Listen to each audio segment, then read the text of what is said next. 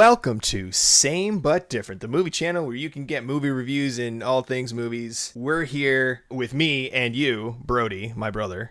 That's me. Hi, that's me.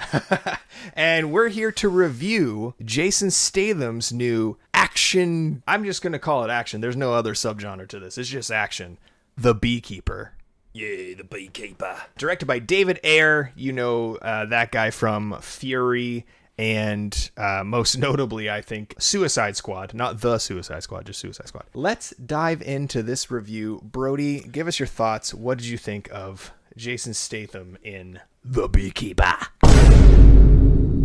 Well, I didn't love it. Yeah. Let's go with that. I didn't love it, that's for sure. I needed The Beekeeper to be a cheesier movie. Jeez. Yeah. I needed more one-liners. I needed more bee puns. I needed more silly. I wanted this to really glorify how ridiculous the plot of this movie was, because it didn't land as a serious one. And if it was just a little bit lighter, not necessarily a comedy, but just a little bit lighter, I would have loved this probably. A little bit lighter, a little bit wackier. Yes, because it was wacky. It was a wacky idea. My elderly best friend killed herself, so I'm going to take down the billion-dollar corporation who caused her to do it is a crazy plot line. That just cannot be taken seriously, and they tried to take it seriously, and that was a fault. Almost every single side character in this movie sucked. Yup. Josh Hutcherson gave a great performance as like a Weasley bad guy, and the role was wasted. I hate the trope of a bad guy who's the main bad guy who's always on the other side of the phone or behind closed doors. That's the thing. Like, I didn't put this in my review, and you're bringing this to my thought right now. He was the bad guy, but he didn't do anything at all. Nope, just swore a lot and skateboarded in the office. Who I don't like is the actress who played Agent Verona. Oh.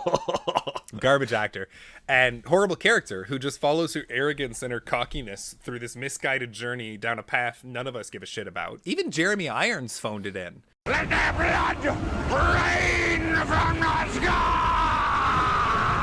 Like, Jeremy Irons is an amazing actor who, by the way, still looks the same as he did 30 years ago. Don't know how he does that. But even he was one note, and Minnie Driver answered the phone a couple times. The only character was the partner. I liked her partner. He was an okay character who even still was a little underdeveloped, though, or was completely underdeveloped, but at least he was enjoyable. Well, that partner was a little look into what this movie could have been as far as like wackiness and silliness. Yeah, he was the comic relief, but they hardly used it. Most, if not all, of the action, thrills, stunts, all that kind of stuff were fun. They were ridiculous, but they were fun. They were well executed. They were shot really, really fast at all times, but the choreography was always crisp. It never felt disorienting. Hardly any shaky cam. No, exactly. And it was fast. Like it just kept cutting, but you were able to follow, which is good. And that fight in the hallway at the end was fucking awesome. Easily the highlight of the movie. It never felt boring, and it handled the action really well, which is what you want from an action movie. So that's good. But the premise was gobbledygook.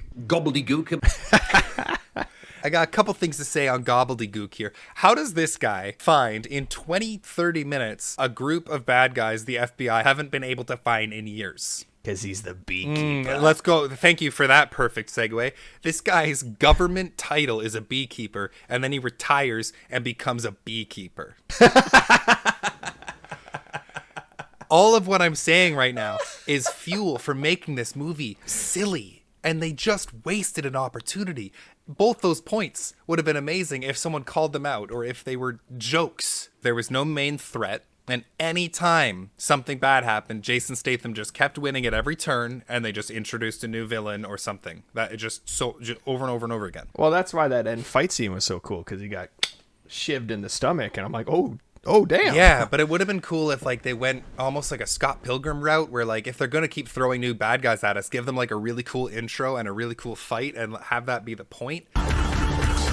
It just was such a wasted opportunity of a movie that almost had it. You know what tone I wanted? And you know what tone I was hoping they'd lean into? What? Running scared. Oh, that would have been cool. Jason Statham is the obvious highlight of this movie. I love Jason Statham. I've never seen this man act. He's just Jason Statham. That's it. But he throws a punch that makes you just go, fuck yeah.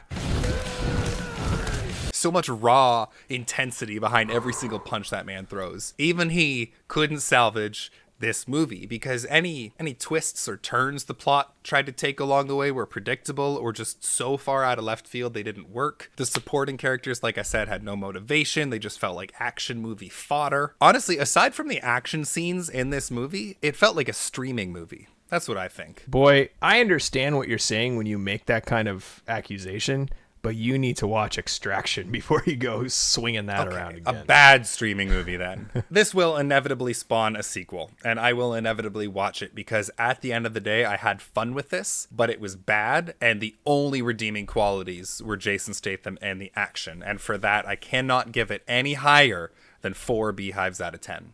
4. I loved the action, and I had fun with it, but that's it. That is all this movie had going for it. I think you were fair. I think that was definitely a fair review. I did my best, to be fair. Well, let's start with the good. Really cool action sequences. No way. Jason Statham, you mentioned his punching. I want to bring attention to his kicking because there are so many shots of him just like crossing his arms and putting all of his body into a kick and kicking a man across a room. Through a piece of glass, over any piece of furniture. Like, these guys go flying ragdoll. Like, it's crazy, this powerhouse this guy has in his donkey kicks. And I also want to bring attention to my favorite scene in the movie, the elevator scene. Okay, yeah, that's pretty cool. He gets all the guys to come into the elevator and then cuts the shaft. That was dope. That, and my favorite shot was him tying the dude to the truck and sending him over the bridge.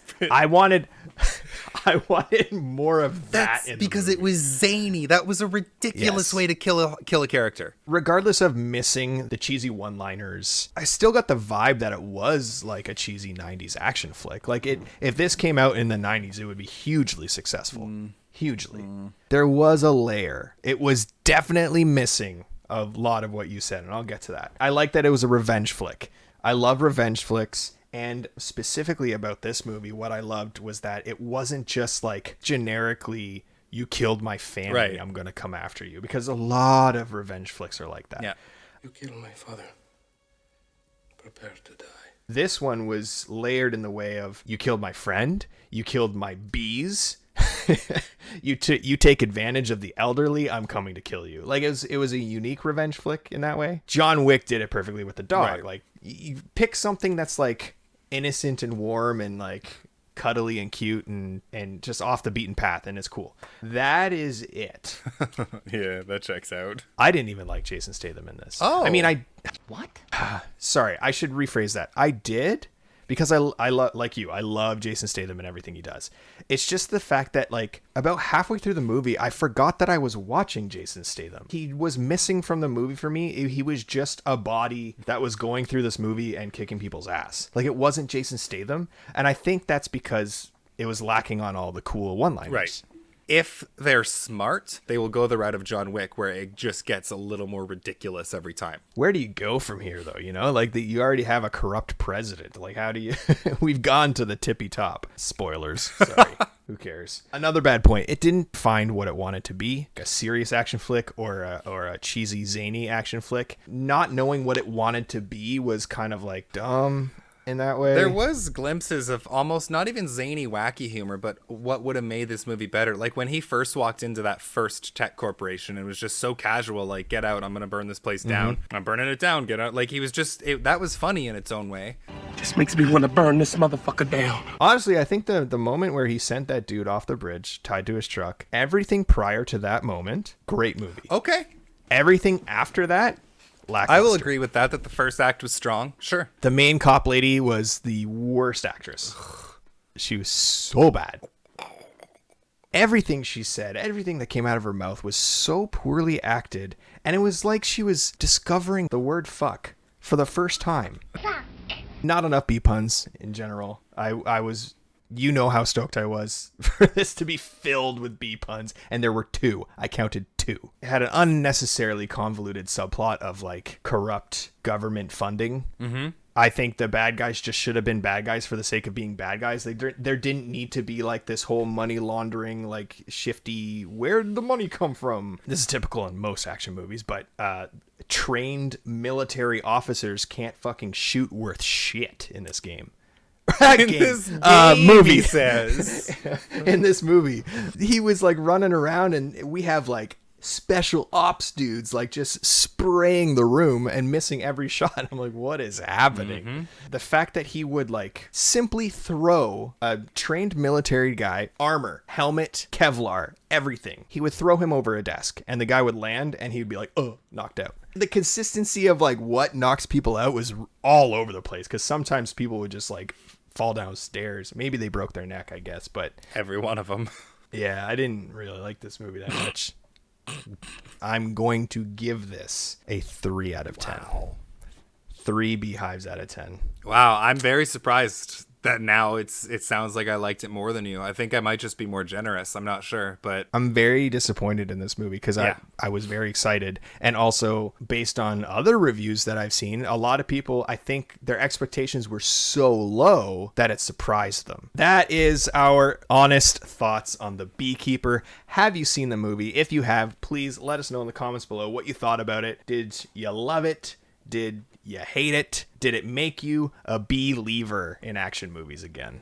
Next week, we're going to review another newish movie. It just released on physical media, actually, and it is Timothée Chalamet in Wonka. Wonka! Wonka, Wonka, Wonka, Wonka. As we wrap things up, before we go, if you like movies, if you like entertainment, if you like keeping up with all of it, like the video, subscribe to the channel, and follow all our socials, and become friends with us, because we want to build a wonderful movie community, because this is our lifeblood. Oompa, Loompa, come back Monday. We will watch Wonka, Timothée Chalamet. I love it! Nice. I was hardly paying attention.